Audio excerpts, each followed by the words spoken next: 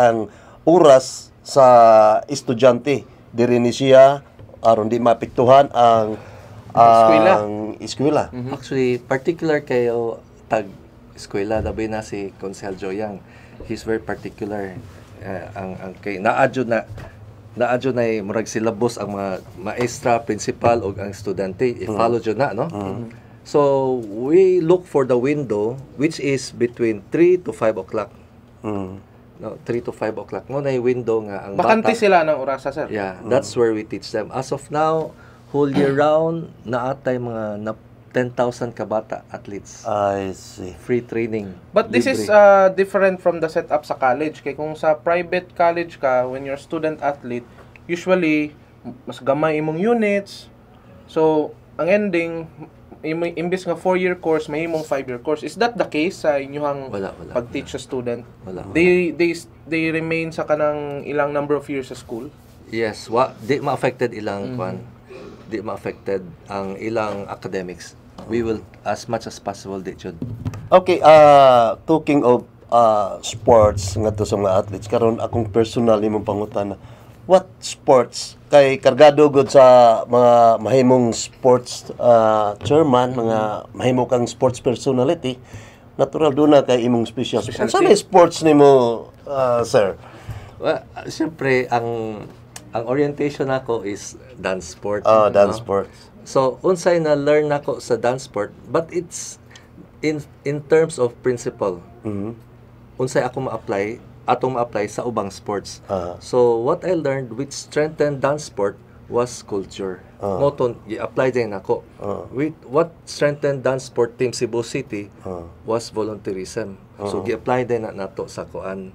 So, mag-invest kanya-kanya ang mga atleta, kanya-kanya ang mga coaches.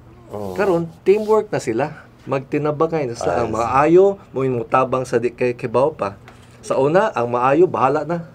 Kami-kami lang. Ang mga bago pa, sila-sila rasan. So, karon it's really a team spirit even if it's an individual sports.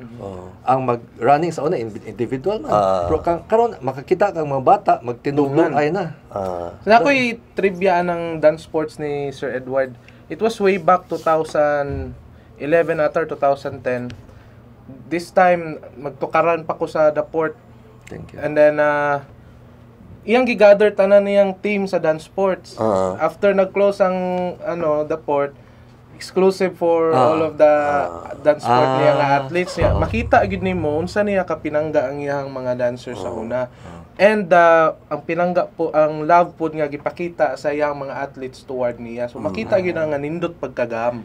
Kining dance sport, Sir Edward, pila ang imong bata nga tudloan, mga pila ka kabuan nga medyo na to ingon nakatuna, although di pa maayo pero makatuna mga pila ka kabuan.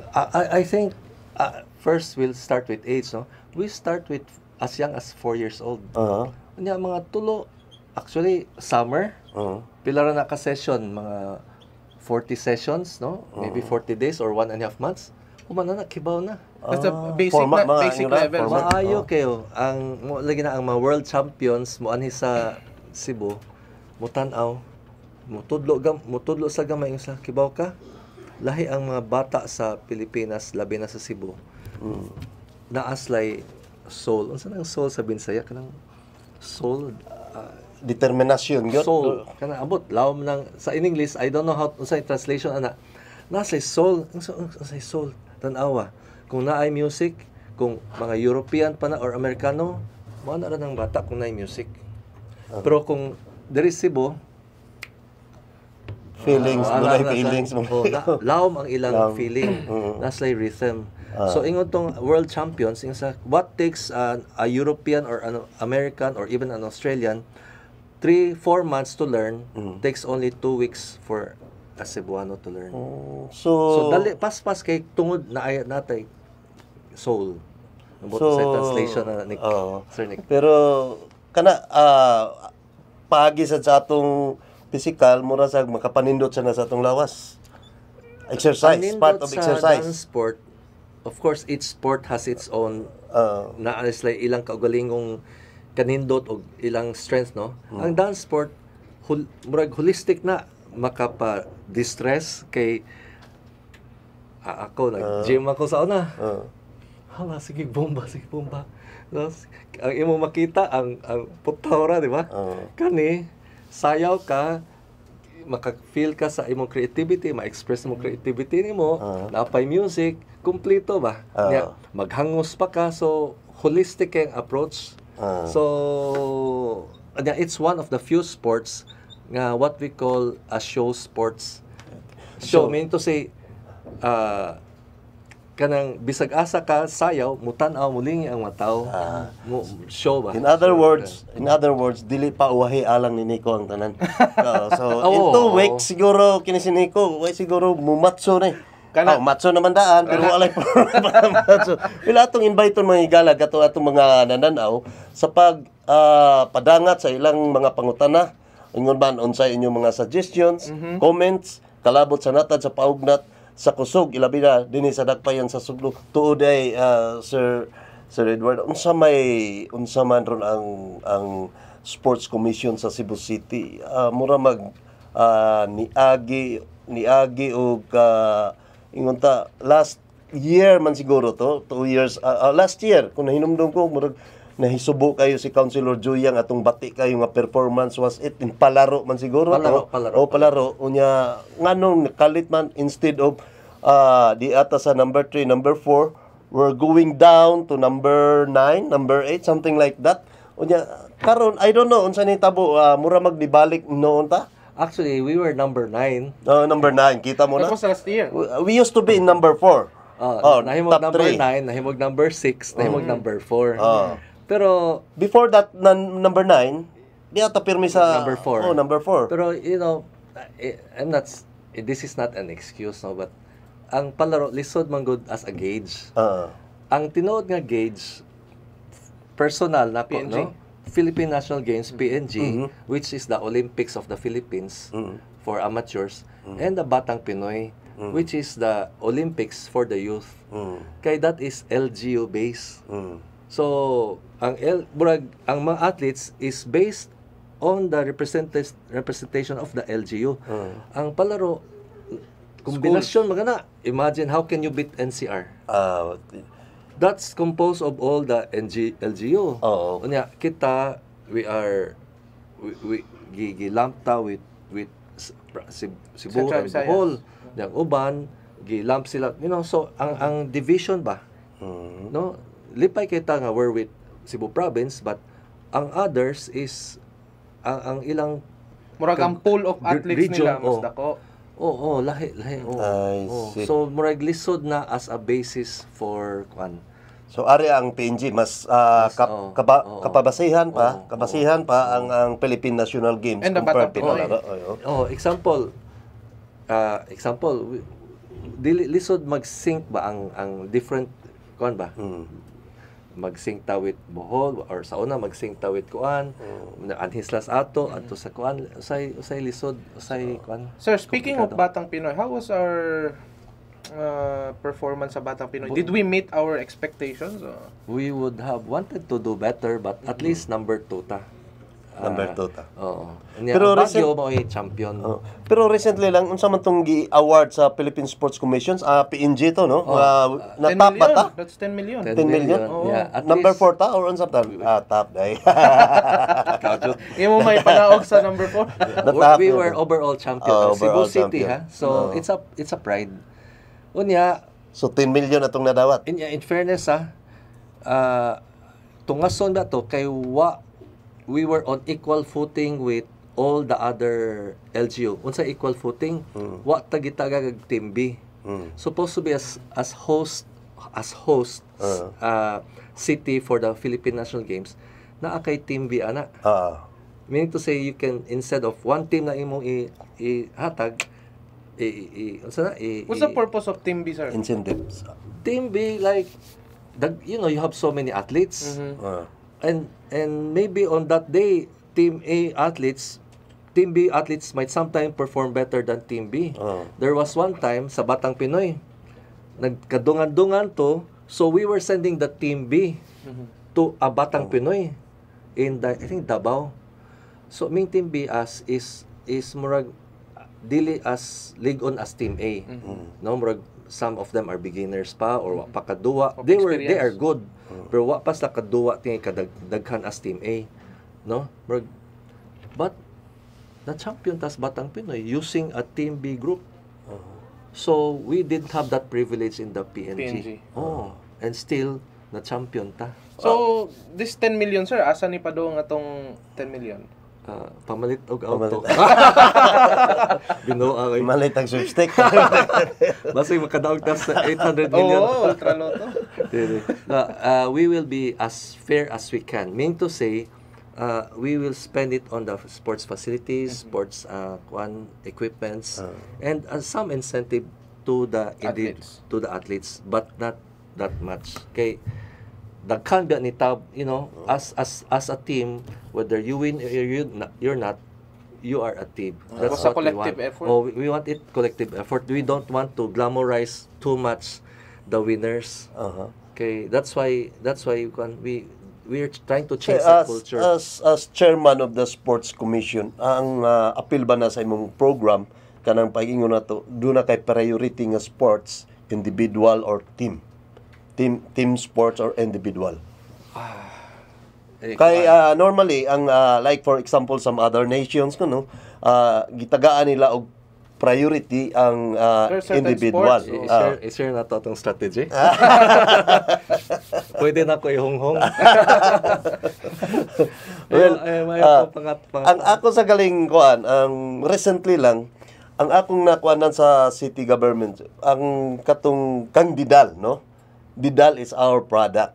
But where and what situation nga nakatabang ta ni Didal before he became a gold medalist in the Asian? Well, you know what? In fairness to Didal, Yeah. on her own steam, Yeah. siya ray na nagkayod. Unya, I think that's her source of pride nga. Siya ra. Unya, Well, ang giingon nato nga nakatabang usa sa nakatabang pagpahanas ni Didal. Mao kuno katong pagsigi gukod sa mga pulis. Yeah. Gisigihan siya gukod sa mga pulis dito kuno siya nahanas. Kaya ang issue man doon, sir, sa mga kaning skateboarders nato sa kadalanan, wala sila facility nga magamit. So, are there any plans sa sports commission nga maghimo ta og facility intended for them? actually, even before nasikat si Didal. Didal, oo. The city, under Mayor Tam, have already allocated, I think, a big portion of SRP to have it dedicated for skateboard. Wa pa na si Didal, mga, I think, 8 months ago, naana. In fact, he was able to raise money. I think he was able to raise 5 million pesos to make a skateboard park. Yeah, I think the skateboard park will be placed in Fort San Pedro at the back. So it's either SRP or Fort San Pedro. Exclusively lang yun for skateboard. Actually, ang nahitabo gud ato, kay ang mayor wants nga adto sa SRP. Pero since ang SRP do na pay mga legal nga mga kuan ba, mga legal nga mga kasungian ba.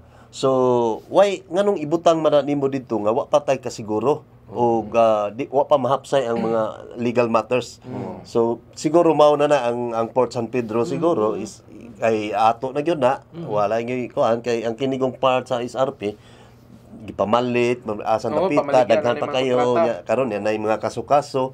So nganong ato maigambol ang kwarta diha nga wa pa man ta kasiguro kung say resulta gyud.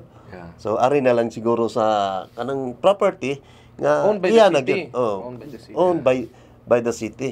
Pero nindot in fairness ni Sir Edward, nindot sad ang grassroots sa niaging administration more on katong mga dagko man to nga mga kuana atleta mo atong ipada na natong madiskubrehan, pero ang pinakanindot nga programa sa city kinig yung grassroots. Ako saludo ko anang grassroots Sir Edward, labi na gyud ang kanang sa not only in dance sport, yan natay kickboxing nga gagmay na kayo makita na nato ni Sir kanang giduma ni Sir Ikin.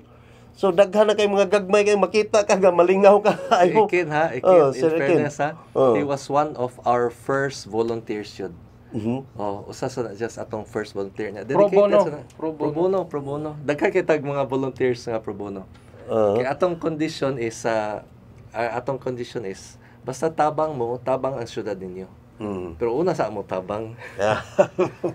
Well, aside from say for example ang gikahibugnan sa karon kay ang Cebu City or mga Cebuano, Sir Edward, is more on kuan kay sila sa basketball and boxing. Ang basketball yun, particular yun kay sila sa basketball.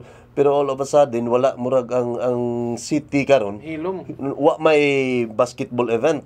Unlike could before, doon naman to yung mga interbarangay, north versus south. Normally mao na gi akong masugatan atong mga coaches ba, wa naman tayo sa una.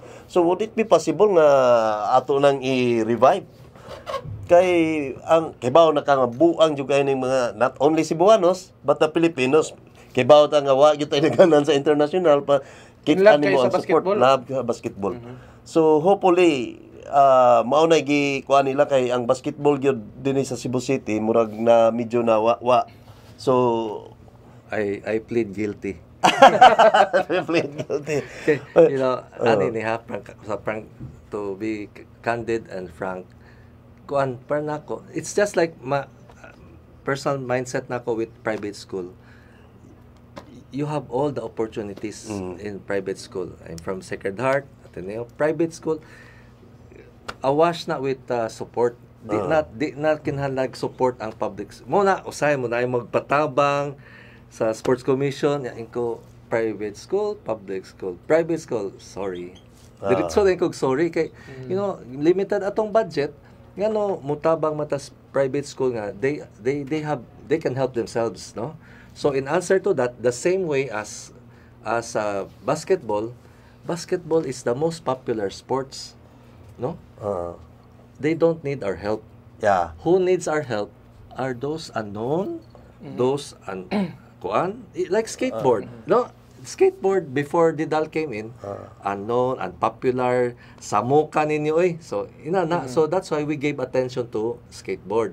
We gave attention to Ekin, Muay Thai, we gave attention to mga athletics, kanang mga dili popular ba mo na atong attention. Well, actually ang nahitabo sa secret. Actually nahitabo sa mao na nahitabo sa national level, no. Talking of SBP, wa kayo mo support ang government kay daghang kayong gailog. Daghang kayong gailog nga mga sponsors. No need. Nasa MVP, Speaking of kaning mga dili kayo ilado nga sports sa Cebu, no. Nay question dere, is it possible to also shine light on other sports like softball? Okay, sa may nangutana if yes, how? If ako, for this is my experience, starting point is a coach. Kung naa gani dedicated nga coach, we support. That's it. Especially a coach that will be devote his time or her time to public school. Moro na, that's our prerequisite. Ngano? You support a sports, let's say this sports, pero way mo tudlo or ang gatudlo di kibaw. In the end, guba na, paga na sa tanan. So we have to, our starting point is a good and dedicated coach. So, mangutan na lang ko, in terms of kining mga coaching staff, do they get paid enough for them not to leave the program? They don't get paid enough, but they don't leave the program. Because it has, I call it, our actually, what we're doing now, our culture now is we're turning sports into a social crusade. It's an advocacy. So actually, our volunteer coaches are just given honorariums, but it's not enough. But you will be surprised na agyapon sila. Kay purpose-driven coaches. Naslay kwan. Now, talking of support, sir, asa man ta mo sampit og pananglitan na nagkinahanglan tag support? If na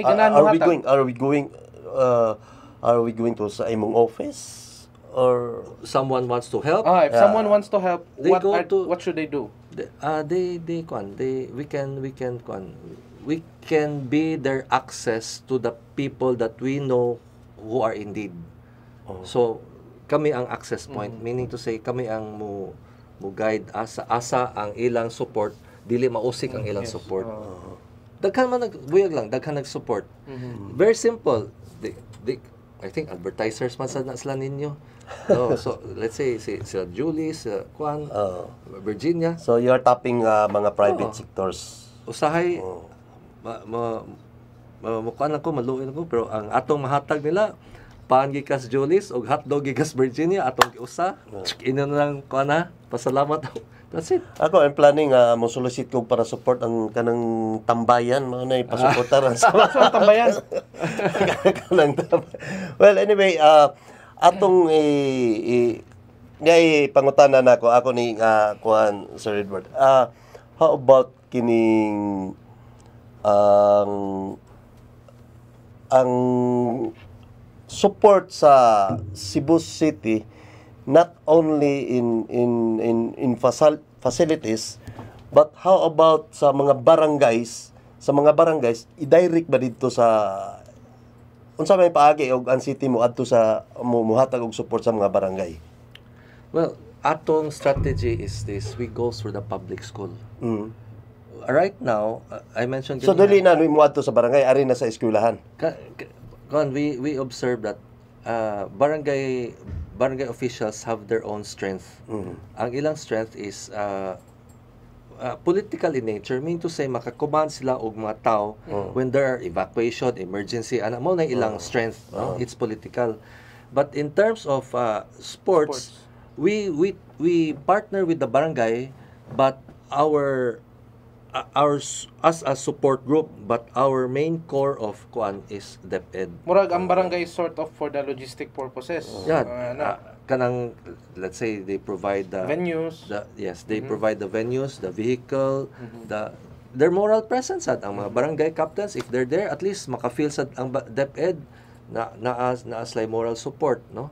So, and at least the presence of barangay captain will add kuan kanang boost their moral. Yeah, boost their moral.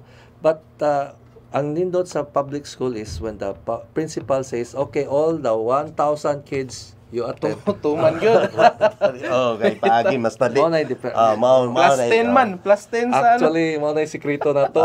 Mao day. So we go to eskwelahan instead of ato sa kay maglisten to sila tawag di sa mga estudyante, and that's really hitting the grassroots, ha. That's real. Naadara ang talent. Nadihang kuan. Buyag lang, ha. Ang 30 pila to? 36, 38 gold medals atong Batang Pinoy, which made us number 2. Buyag lang, we're proud to say 26 medal gikan sa public school. Happy kay I mean, I'm happy that private school contributed, pero happy ko nga naningkamot jud ang public school nga maka-contribute sad sila. So unsa may imong maabot nga mga project ron, Mr. Chairman? We'll just continue lang to inyong mga yearly program atong naka-calendar na sa sports activities sa Cebu City. What's coming karong December, I think Cebu City Olympics is November, if I'm not mistaken. Push through. Yeah, that is the true test of our grassroots program. Kung how much kay that is when public and private school meet man. So this is school-based. School-based. School-based. So, ang atong lang jud, strengthen lang jud culture, because dance sport as a small unit of a sport community, 20 na may katuig ang among advocacy. Okay. Is there a way that the grassroots program can be continued even after summer? Mamilab Youths. Salamat sa pangutana. Unsay tubang nato ani, sir? Actually, we are now present in 30 or 40 public schools. Most of the mountain barangay present na ta. Free lessons, Monday to Friday. Morning katong 3 to 5. Yeah, morning 3 to 5. So I'll just name a few schools: Abiliana, City Central, Zapatera, I think Mambaling, I think Punta Princesa. Maadto nimo Labangon. even not summer, continuous program. I mean, Whole year round. We have year round. That's we a have year-round. 10,000 kids. Oh. 10,000. Oh. I think we now have 500 swimmers. Murag nag-start na this year lang, di ba? Katong imong program. Oo. So ang effect ana mahibawan pa nato next year. Yeah. Pero na effect ha. Na effect. Ang City Central ni angat from number 6 to number 4. So unsa paagi ana dunay sports competition quarterly? Cebu City Olympics. We call it the monthly Junior Olympics. Murag high sounding kay ba? Monthly. Monthly Murag high sounding pero we want the kids and the coaches and the public school teachers to aim high. We can call it Cebu City Games, but we want to up their ante kanang taga na to sa ambisyon ba. So ubay-ubay ako hinumdom sa ko sa pagsuod ni Sir Edward nga nagbugna sa ni siya og katong mga history sa pinakadagan Guinness Book we now have 4 Guinness records. All again it was never about the winning, it's never about lain to. Kinaghanon katong It was never about getting the Guinness. It was that using Guinness as an organizational reason. No? Para makatapok ba? Uy, appeal ko Guinness. Mo na atong purpose. What were the records that we set? Biggest dance class in 2009. Official na ha? Yeah. Official. It was held in Abellana. The biggest chess tournament. I think the dance class was 7,000 plus kids. One biggest chess tournament was 43,000. Biggest archery tournament was 13,000. Biggest archery tournament. Yeah, biggest arnis class 5,000 plus. Wow. So if you total that's an experience for let's say 100,000 kids. Nindot. Once in a lifetime na for them that they were part of a Guinness record. So nindot ng at least putting Cebu City in the international map, no? In the international map. Yeah. But actually, all of this, the winnings, the program, the Guinness, we are just using sports ba as a screwdriver, transformational tool. Kaya kaning mga bata nato sa public school, ihas ka mic na kanang call ba, so gamit tag sports nga mo buga ang ilang pagka-confident, pagka ilang self-respect nga pwede man din ako ilupig ang usa taga private school. Mo na tong purpose. Ang sports gamit ato ang sports. Pero at least motivation, no? Motivation sana sa mga bata future. Nasa sila'y ingong matanaw ba? Pananglitan. Giyon sa man ninyong kanang record nato karon do na moy display, do na ba mo igibutangan nga at least tan-awon sa mga mga guest opisina. Nasa opisina. Itago. Mas maayo siguro sino gato ng butang og board nga i-display gyud. Murag katong mga bata ni appeal natos la kalimot sa ilang kasing-kasing di na malimtan part of something big. Tibok kinabuhi nila di na nila malimtan. Bitaw pa. Well, mga igala, murag napupos naman ang atong oras.